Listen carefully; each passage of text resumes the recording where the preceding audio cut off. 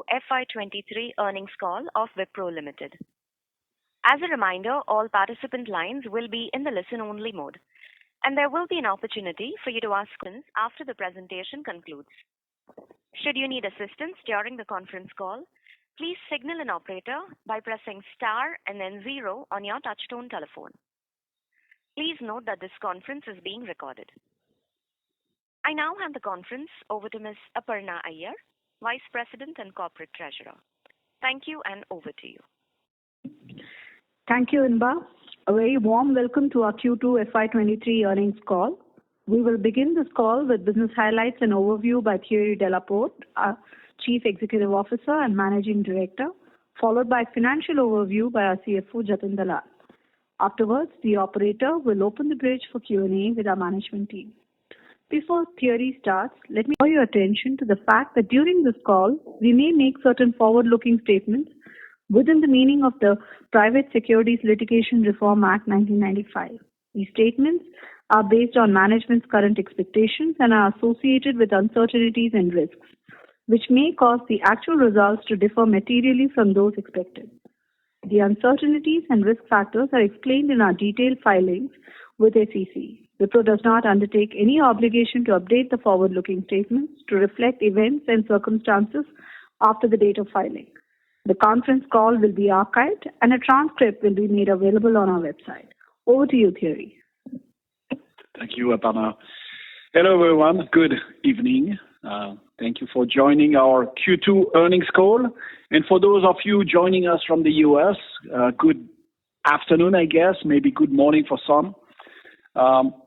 Since the last time we spoke in July, we've seen the macroeconomic conditions across almost all markets and sectors have changed, right? In speaking to our clients every day, we're seeing a change in the level of optimism as business around the world are dealing with inflation pressure, with geopolitical turmoil, with energy crisis, also rising interest rates.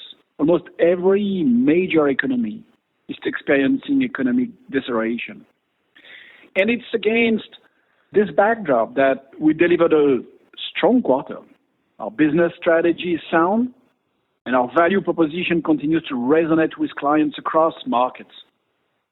This is reflected in robust bookings, healthy deal signings, growth in revenues, as well as operating margins. Let's start. Our bookings. Our bookings in total contract value terms grew 24% year-on-year in Q2. 2 of the 4 markets, Americas 1 and Europe, grew more than 30% year-on-year. We said in the past that large transformative deals are a key pillar of our growth strategy. Indeed, they allow us to demonstrate the true power and scale of our services, talent, and operations.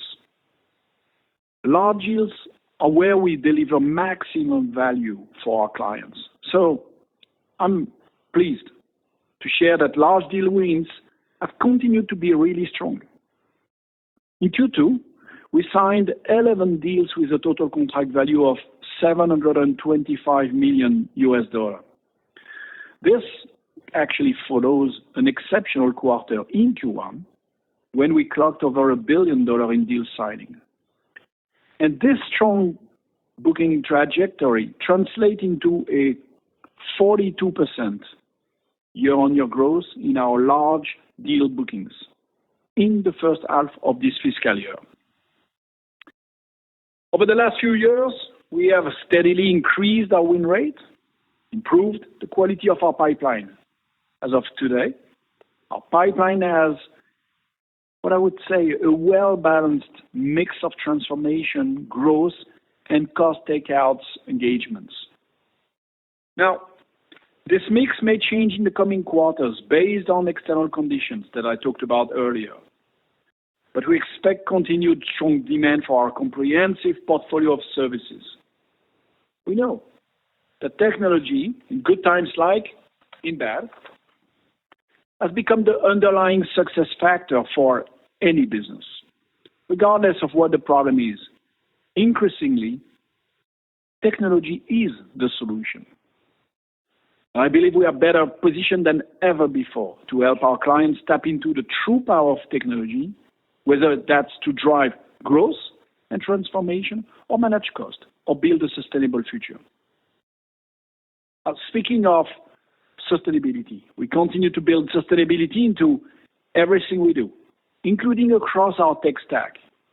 You'll see us leveraging our sector domain expertise and a strong partnership to develop new low-carbon impact solutions for our clients. Our enterprise scaling and sustainability process experience is helping us stand out in the market and leading to strong client demand. Overall, with our deep engineering expertise and comprehensive set of offerings, we are, I know, well positioned to be the partner of choice for our client as they face a growing set of headwinds.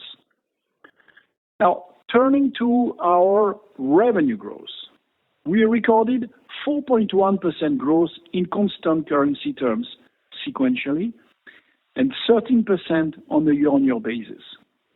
That translates into double-digit growth across all markets.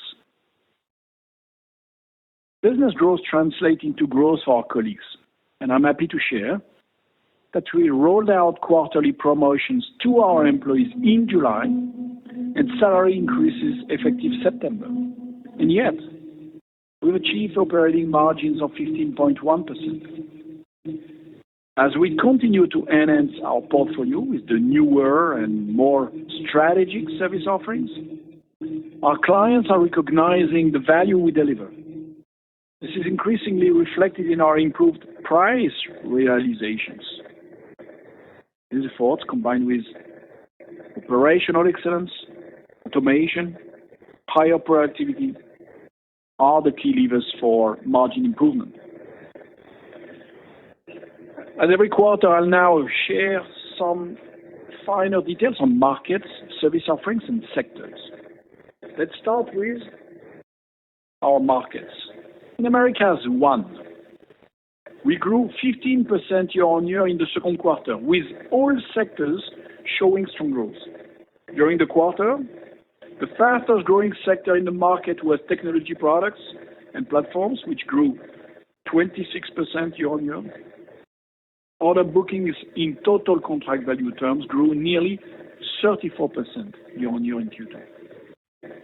Now moving to Americas 2, we grew 12% year-on-year in Q2. Manufacturing and energy and utilities led the performance, recording a growth of more than 20% each year-on-year. Financial services actually grew 17% year-on-year. Moving on to Europe. Our European business delivered a year-on-year growth of 12% in Q2. Most of the markets recorded strong double-digit year-on-year growth, with Benelux, UK and Ireland, and Southern Europe leading the pack. Our order book in total contract value terms grew at 36% year-on-year, which is quite massive. Our APMEA business grew at 11% year-on-year in Q2. Regions that did particularly well during the quarter were Southeast Asia, Australia and New Zealand, and Middle East. So as you can see, across all markets, double-digit growth. Strengthening client relationships remain a top priority for us. As a result, we're gaining share in our metal accounts. Our top 5 clients grew 19% year-on-year. Our top 10 clients grew 17% year-on-year, both in constant currency terms. Now moving to service offerings. You know, we have 2 global business lines, Ideas and iCore. Let me go through each of these 2 business lines. Our Ideas global business line grew 15% year-on-year in Q2. This growth was led by cloud transformation first, which grew 26% year-on-year, by applications and data, which grew 21% year-on-year, and finally by engineering services, which grew 18% year-on-year. Now, looking at iCore, the other global business line, grew 9% year-on-year in Q2. but here led by cybersecurity services, which grew 23% year-on-year in Q2. And as the speed of transformation accelerates, we are experiencing increased demand for our full suite of cyber offerings. We are leveraging internal methodologies, framework, intellectual property, in collaboration with our technology partners to help clients manage a dynamic and complex risk environment. In one recent example, we helped a global communications organization improve and automate their compliance processes, leading to an enhanced risk posture. We now operate and execute this program globally and have driven significant cost reductions in their security and in their compliance program. Then talking about Wipro Full Stride Cloud Services, which is more than 1/3 of our business today, continues to be a driver of our success. And partnerships are at the center of this growth.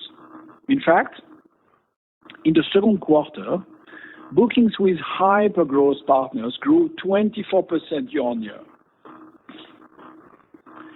Working alongside our partners, we know we are creating industry solutions and leading major transformation efforts designed to help clients unlock the value of cloud, but also realize new efficiencies. In addition to modernizing applications, we see a great amount of interest in modernizing data operations. The organization realized the power of data in gleaning new insights into their business. For example, for a US-based diversified financial services group, we are working on a digital transformation and data modernization effort, which actually involves building a next-generation cloud analytics platform. The goal here is to deliver omni-channel experiences that help our clients get better, real-time insights into their business. Ultimately, the transformation is helping our clients reduce time to market for new capabilities and deliver enhanced experiences. In another example, for a leading provider of industrial automation solutions, we are working on a transformation program that will help them become more client and relationship-centric. We are building a multi-cloud solution that will transform the firm's marketing, sales, and services around a single client definition, creating opportunities for more meaningful engagement with customers. And we continue to double down on strategic investments in areas that we know will drive long-term competitive edge for us and for our clients. For example, recently, we launched Lab 45, a new brand for our CTO organization. Lab 45 is a new direction for our technology research and development unit. The objective of Lab 45 is to develop new assets, intellectual property, and products through client collaborations and partnership. Lab 45 will help our clients build new business models, enhance user experience, and drive growth through enterprise technologies. In fact, the opportunity to tap into our expertise and world-class talent through Lab 45 is already factoring into client decisions and making an impact on how we win in the market. We're continuing to also expand our capabilities in strategic areas, such as artificial intelligence and data, but also 5G, metaverse, IoT, Industry 4.0 to help clients gain new competitive edge. I now share a view of the talent landscape. I'm first happy to share that our attrition has continued to moderate for the third quarter in a row. In Q2, attrition was down to 23% if you're looking at it on a trailing 12-month basis. And our quarter annualized numbers are trending even lower than that. Expect a further moderation in Q3. And like I had shared last quarter, we are now offering promotions to our employees every quarter. And in Q2, we promoted about 10,000 colleagues. I'm also pleased to share that the annual salary increases were given to our colleagues across bands in Q2 was, as you know, our philosophy, a steep differentiation in rewards for our top talent. We've also onboarded over 14,000 freshers in H1, which is over, imagine, 75% of what we added in the whole of last year. And finally, I'll share an outlook for the next quarter. We've guided for revenue growth of 0.5 to 2%, which will translate to growth of 10 to 12% year on year in constant currency terms. This guidance reflects the current environment and the quarter and seasonality. For the full year, we are certain that we will report double-digit growth.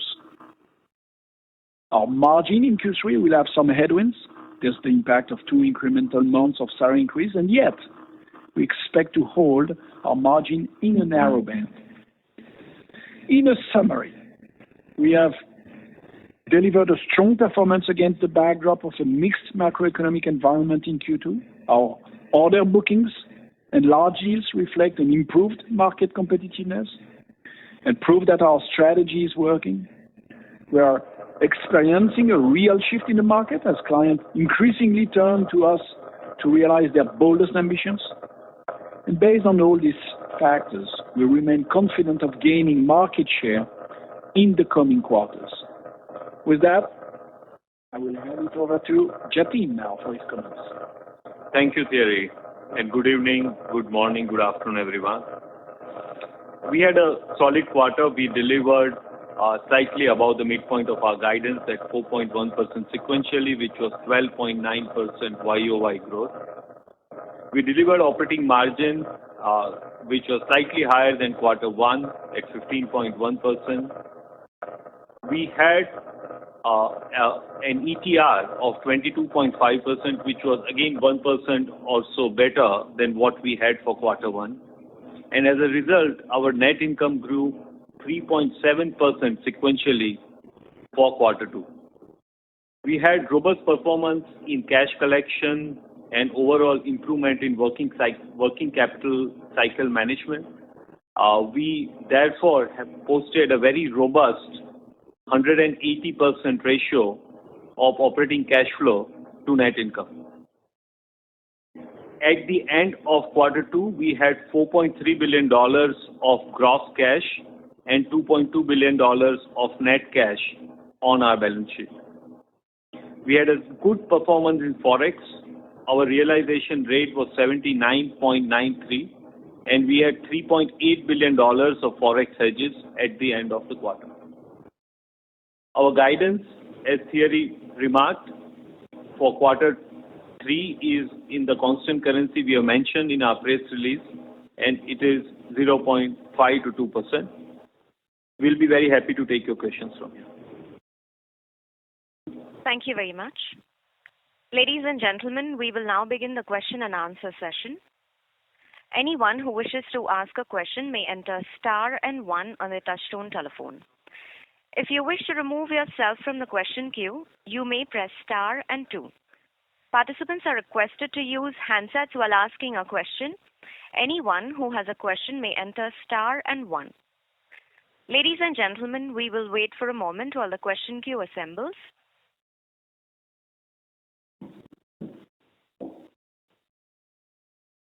We'll take the first question from the line of Sandeep Agarwal from Edelweiss.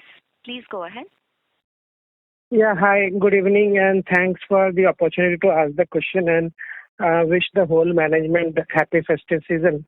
So I have a small question from Thierry. Thierry, in all your discussions with the client right now, are you hearing any kind of cautiousness from any of the clients in any of the vertical or geography regarding this macro, or it is more a preventive step that they don't want to go aggressive right now, or they want to also be careful and watch the environment, how it plays out? So what kind of restraints you are seeing, whether it is a realistic pressure which is leading to some kind of cautiousness, and it is more likely to get cut, or you think that it is just a preventive step from them right now where they want to wait and watch the macros? Number one. Number two, the guidance, while I understand that the environment is very volatile, and because of that, probably you would have kept in some bit of conservatism while guiding, but it still looks little lower given the kind of demand environment what we are hearing from the industry, what we are hearing from the competitor. So what is hurting us more than the others? Can you elaborate a little bit on that? Thank you. Yes, Sandeep, thank you for those questions. So let me take them one by one. One is talking about the market environment.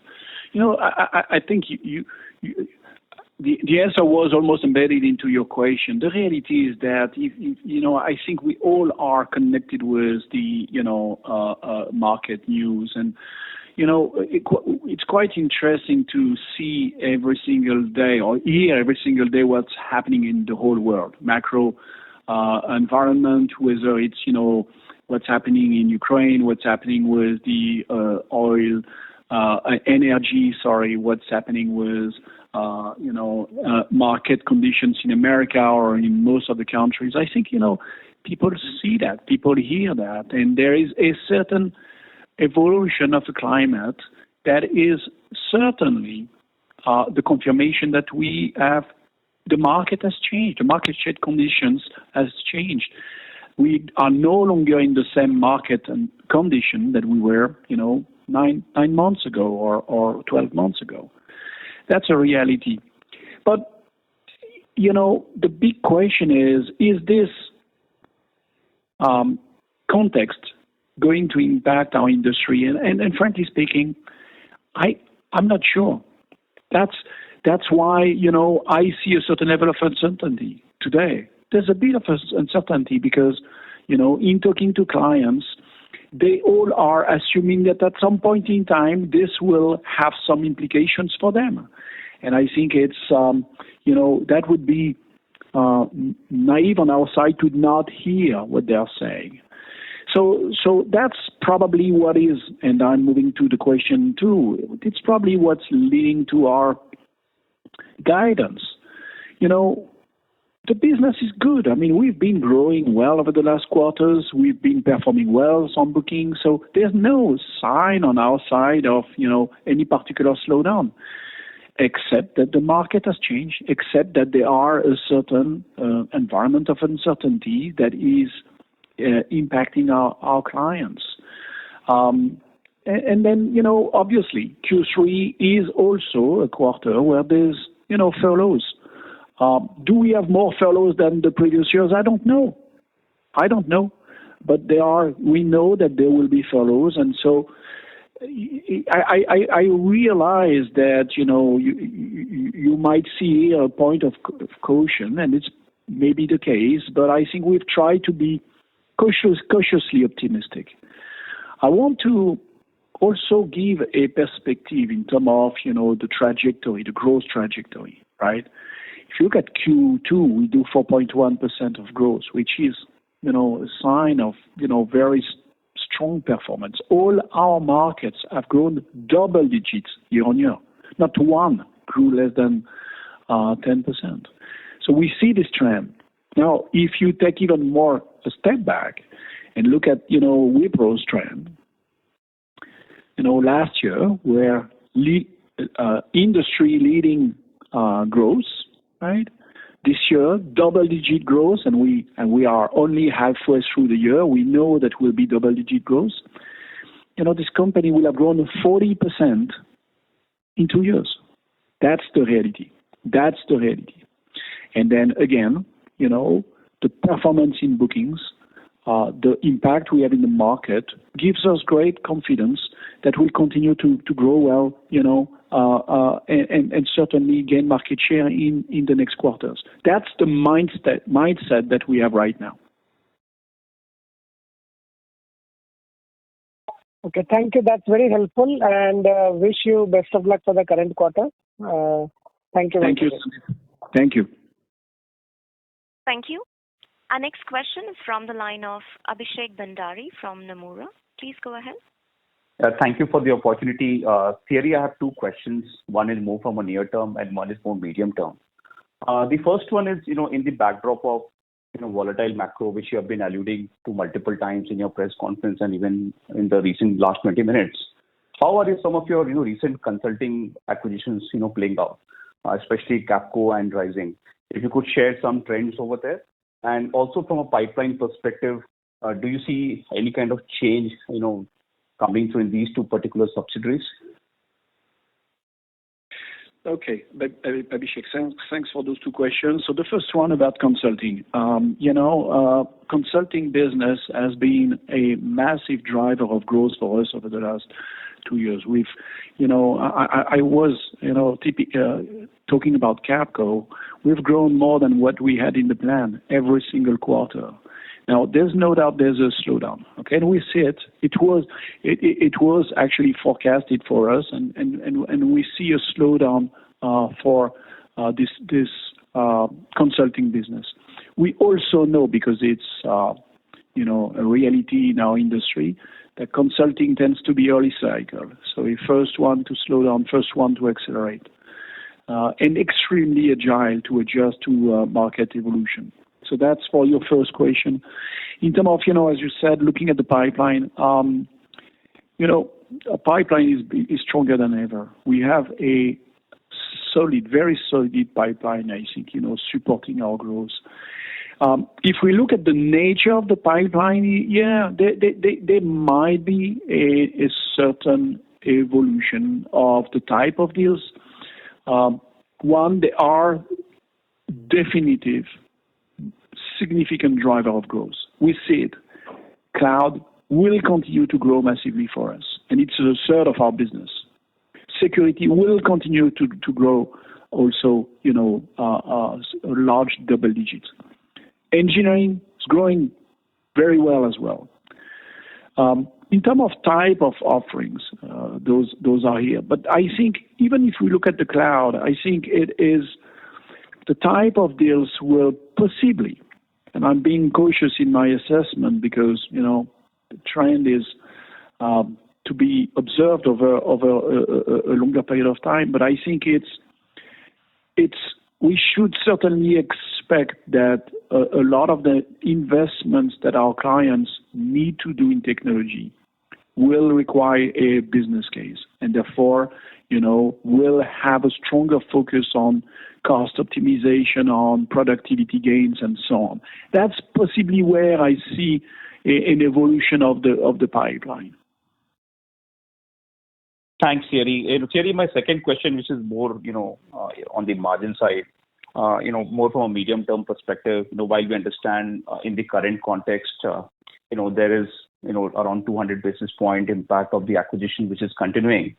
But if I look at the gap between our margins and, our peer set margin, that gap has, widened quite a bit. So maybe if you could elaborate some of the medium-term steps you think you could take, to go back to your own levels of margin, older levels of margin of around 18 to 19%. And do you think the current, softening of the supply side issues could help you achieve it faster than what you would have thought maybe 6 months ago? Abhishek, so one in terms of margin, you said it. Certainly, there was it's a strategic choice that we've made to make some significant investments in this business to make us stronger in the future. And you're right to not only look at short term but also midterm. Where are these investments? Clearly strategic move with some of the acquisitions we've made. With all the acquisitions we've made, they've all been driven by a strategic objective.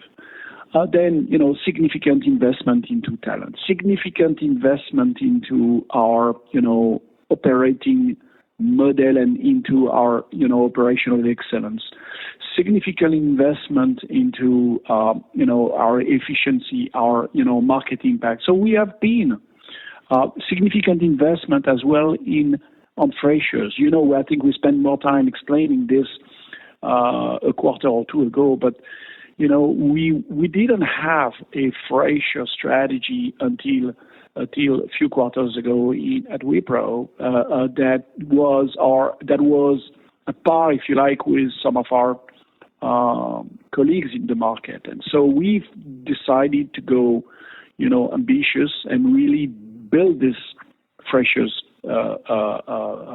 strategy. And it requires investment up front because, as you know, freshers are, an investment that delivers over time. And so we've made those conscious choices, knowing that would knock down a little bit the margin. We also knew, Abhishek, that in a market where we are growing, as I said, 40% over, 8 quarters, in a high demand environment with cost of, people being, higher, would have this impact. But that is also conscious. Now, what did we say? A quarter ago, we said, 15% is our floor. We are building from here, and we are going to progress. We will not guide, as you know, beyond the current quarter, but it's clear that we do not see the end of the road where we are. Absolutely not. And so what are the levers? Continue to drive, our fresher strategy. Continue to progress on the automation, where we've also made some significant investment. Continue to go for, larger deals. Continue to go for deals delivering more value and not only going after volume. And finally, I would say continue to work on our efficiency. We've made some significant progress. There's still more to do ahead of us. So, I'm not worried at all about our ability to continue to improve margins and close the gap with some of our colleagues. Thank you, Thierry, and wish you a great end to 2022 and talk to you soon. Thank you. Thank you, Abhishek. Talk to you soon. Thank you. Our next question is from the line of Nitin Padmanabhan from Investec. Please go ahead. Yeah, hi, good evening. I had 2 questions. The first is if you could throw some light on the restructuring cost that is impacted this quarter. I think it's around 136 crores.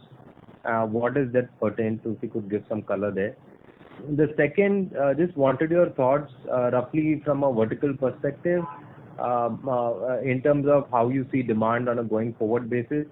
For instance, I think capital markets, specifically maybe capital markets, retail, and the high-tech side of things, and manufacturing. So some color on those as well. Yeah, absolutely. So I'll take the first one, and I'll ask Jatin to build on it. So on restructuring, so this is, it's a one-off. Okay, so this is not something that is to be done repeatedly. It was needed. I think hadn't been done for a long time, and it's absolutely quasi exclusively focused on Europe. And that was really to address some, inefficiency that we were carrying for a long time. Jatin, you want to say more? No, it's just that it's sitting in reconciling item because it's a corporate action which we took at a company level. And as Thierry mentioned, it is a one-off. There could be probably a small tail spend there in quarter 3, but nothing beyond that. Yeah.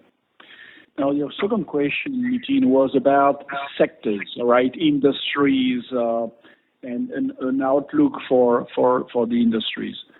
We are obviously observing the evolution of the market, industry by industry, and certainly everyone has different kind of challenges. You could imagine. I believe actually the banking sector should be holding pretty well, and they are. It's a sector that is used to adjust rapidly to market changes, but also it's an industry where a lot of efforts will have to be done around driving simplification, alignment, streamlining. And compliance is also another important topics for banks going forward. Now, a sector that has been growing tremendously over the last year and certainly is slowing down is, the sector of technologies. If you look at the large tech, look at, what they're doing. Hiring has been slowing down, and sometimes they are even reducing headcount. And I think there's possibly more slowdown to expect in this industry going forward.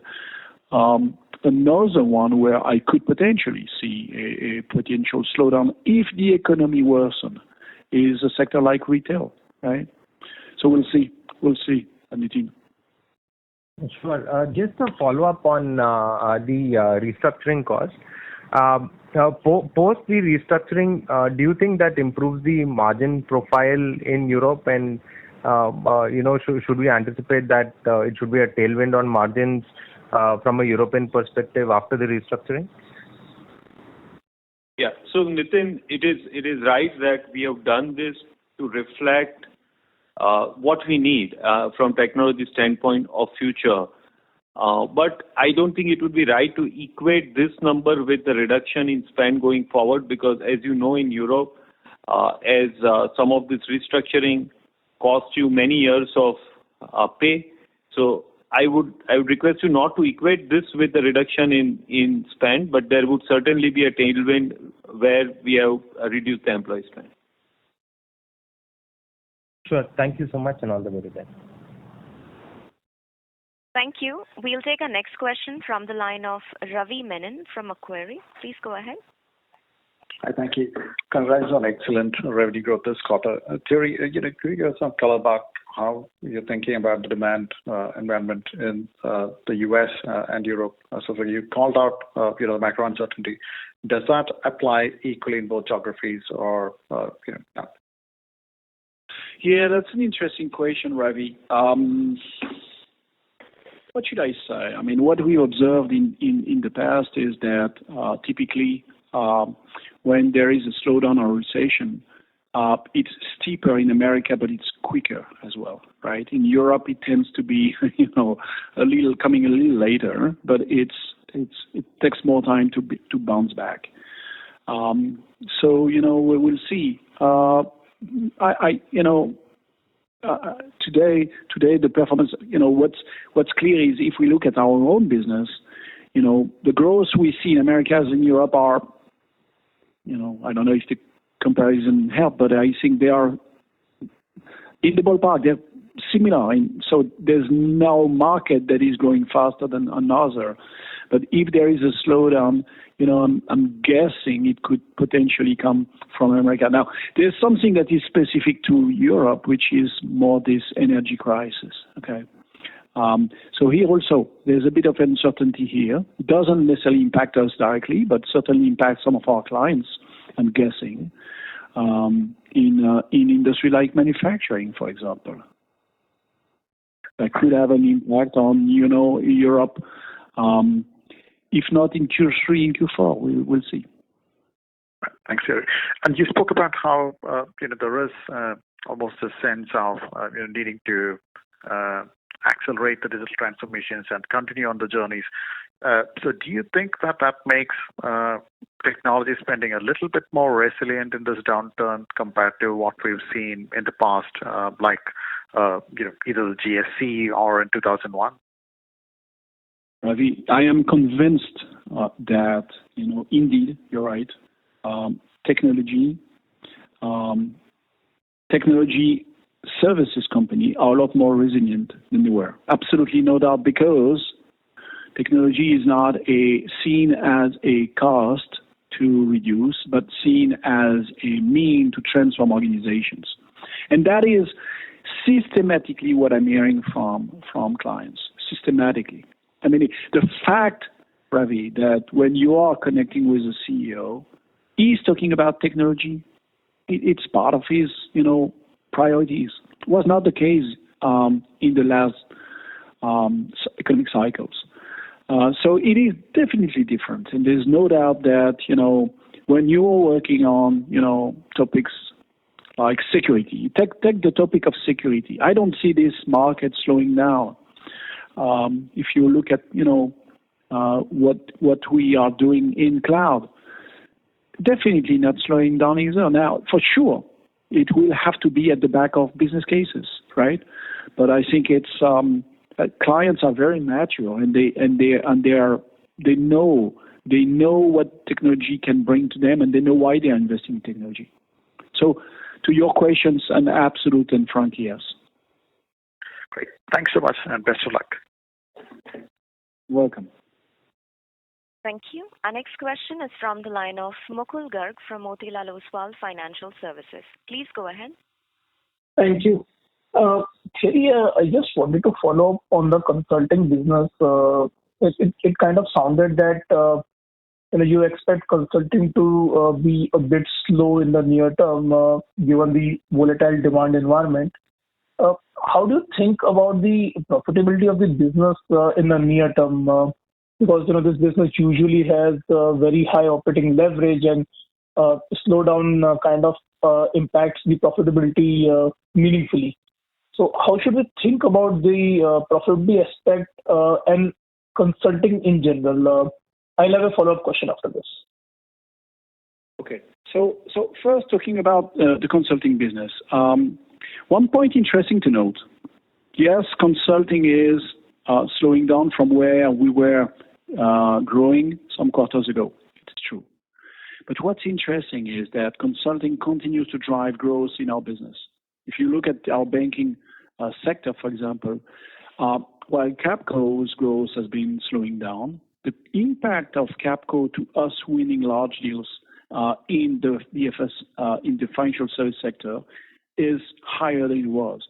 We win more synergy deals. We win more deals that we wouldn't have won, and those deals drive more value. They are more strategic, and so from that standpoint, they continue to drive positive impact for us. From a profitability standpoint, you're making a good point. Yes, you're absolutely right. They are agile. They have, it's part of their DNA to react and adjust to the demand rapidly.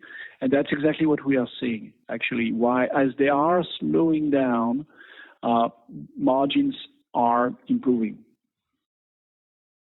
Oh, okay. So you expect consulting margins to improve as the growth moderates, not the other way around? Yeah, that's what I'm seeing for Q3. Understood. The second question was also on the profitability side. If you look at the net adds this quarter and the accompanying decrease in utilization, can you just share some thoughts on how we should look at growth versus profitability trade-off over next few quarters? While I understand you have scope and you will see improvements in both of them, is there some point where you think you need to prioritize one over other? Well, okay, so it's if I look at the situation from a client to another, you may have different situations where sometimes there's a bit of a trade-off to do between margin and volume. But I think as an organization, let's be clear on the margin side. We will not go down from where we are. Okay, so that is a clear position on margins. Okay, our objective is to continue to grow, certainly, and drive profitable growth. Okay, so that's continue. We are no doubt balancing growth and profitability.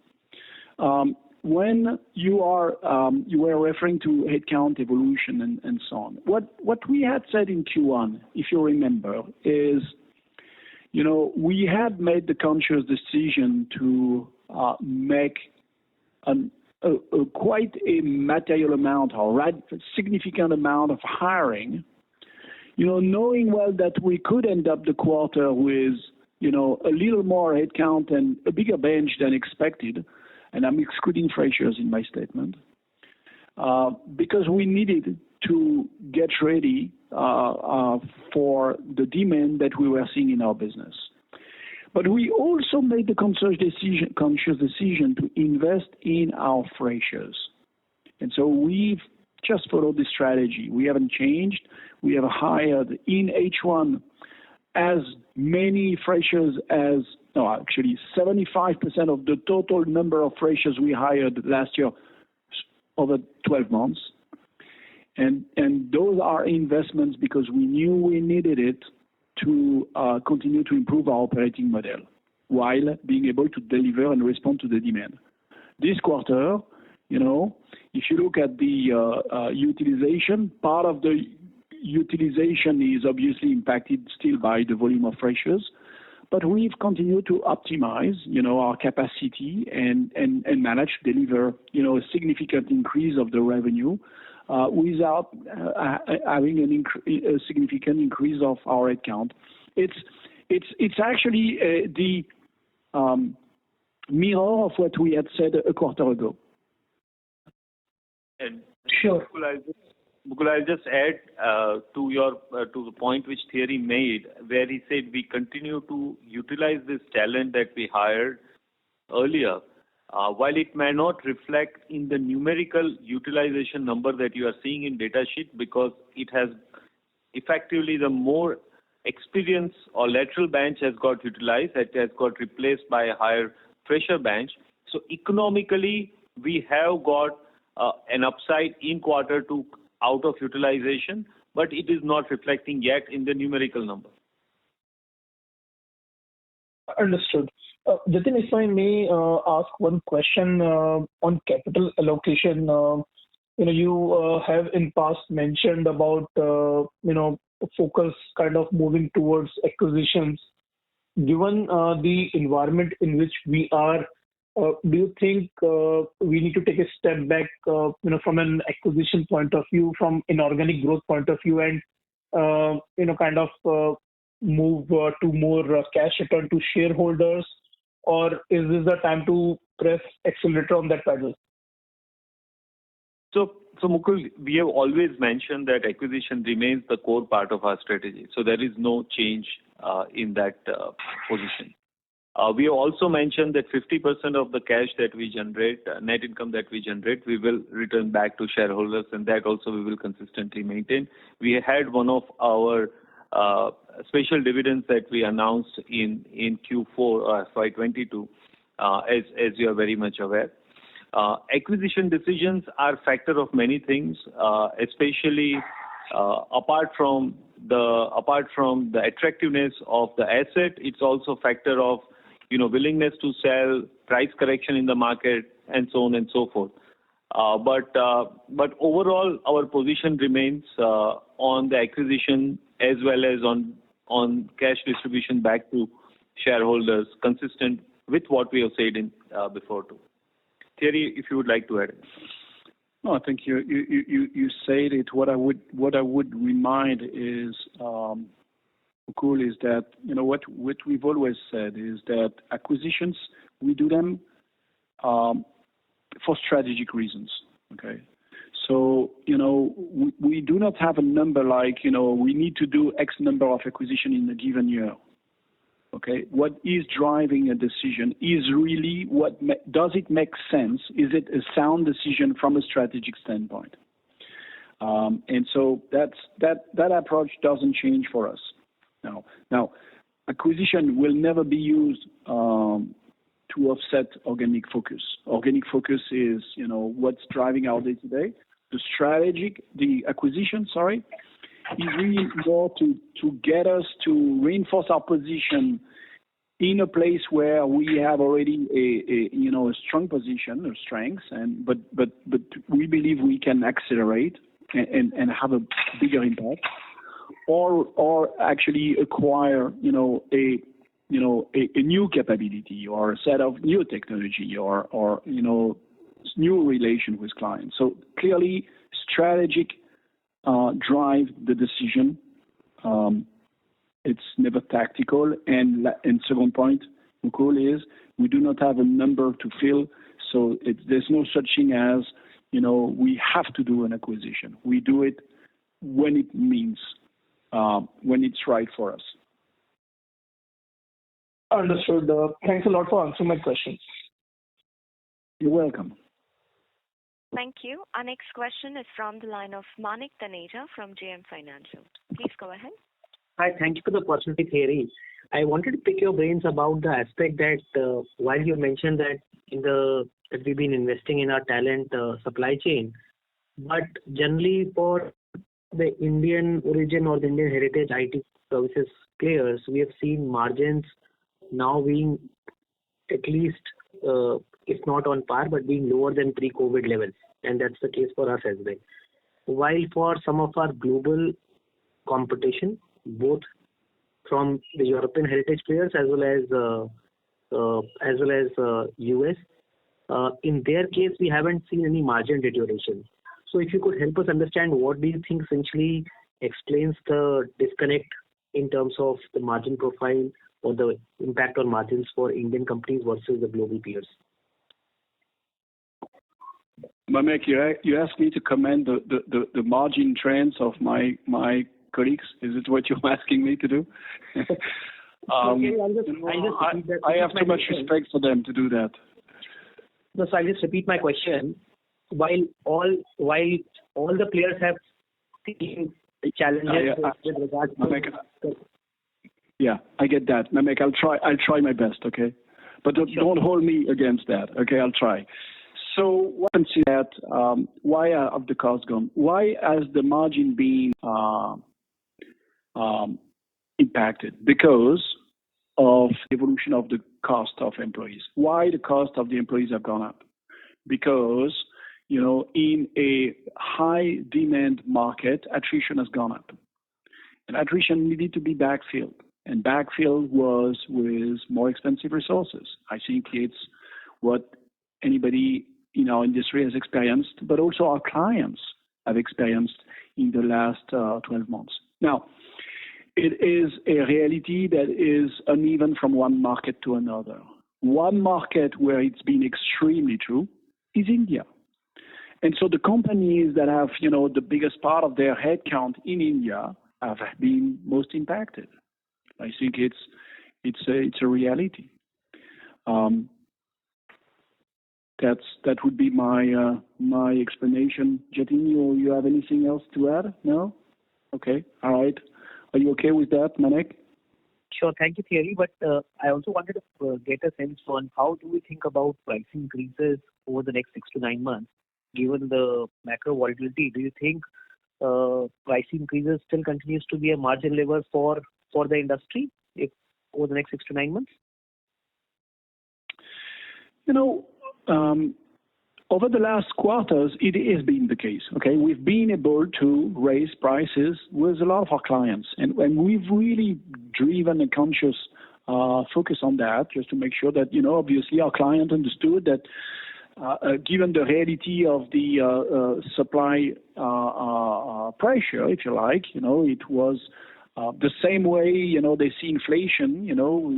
We also were exposed to the same situation, and most of our clients do not want us to be pressured from that standpoint. So I think we've been able to work on it pretty well quarter after quarter.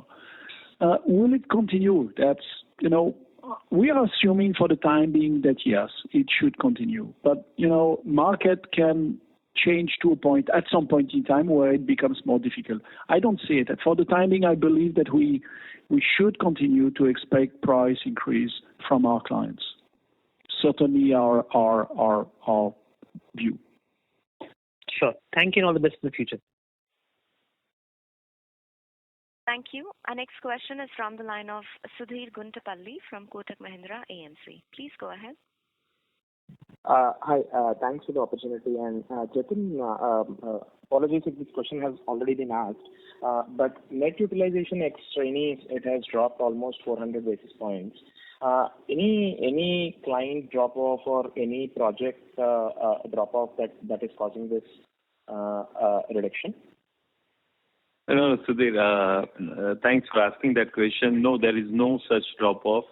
Please, I will just define it well. I don't think the net utilization, excluding trainees, The trainees are the freshers who are getting trained in the organization. So that's a very limited period for that. It is not a utilization excluding freshers who have come on board. So it's for a very limited period that they are in training for a couple of months where we exclude it. So as they've completed the training and they've gone on projects and they are becoming productive during that period of time, they come in this definition of overall bench, and that's why you are seeing a reduction. However, as I mentioned before, the economic utilization of quarter two has very clearly improved compared to quarter one, and that has given us benefit. So I would request you for this quarter not worry about the numerical aspect of utilization. Sure, Jatin. Just to follow up, so as these resources start getting built to the projects, you should see a sharp increase in the utilization in the coming quarters. Is that correct understanding? Yes, we will see an improvement in utilization as we move forward, as they become more and more revenue generative. Thanks, Jatin. That's it from my side. All the best. Thank you. As there are no further questions, I would now like to hand the conference back to Ms. Aparna Iyer for closing comments. Yeah. Before Aparna goes, on behalf of Thierry, myself, Saurabh, Stephanie, and entire Wipro team, we wish you a happy Diwali and a brilliant New Year for those who take it as New Year. And over to Aparna. Thank you all for joining the call. In case we couldn't take any of your questions, please do feel free to reach out to the Investor Relations team. Have a nice day and happy Diwali again. Bye. Thank you. On behalf of Wipro Limited, that concludes this conference. Thank you for joining us, and you may now disconnect your lines.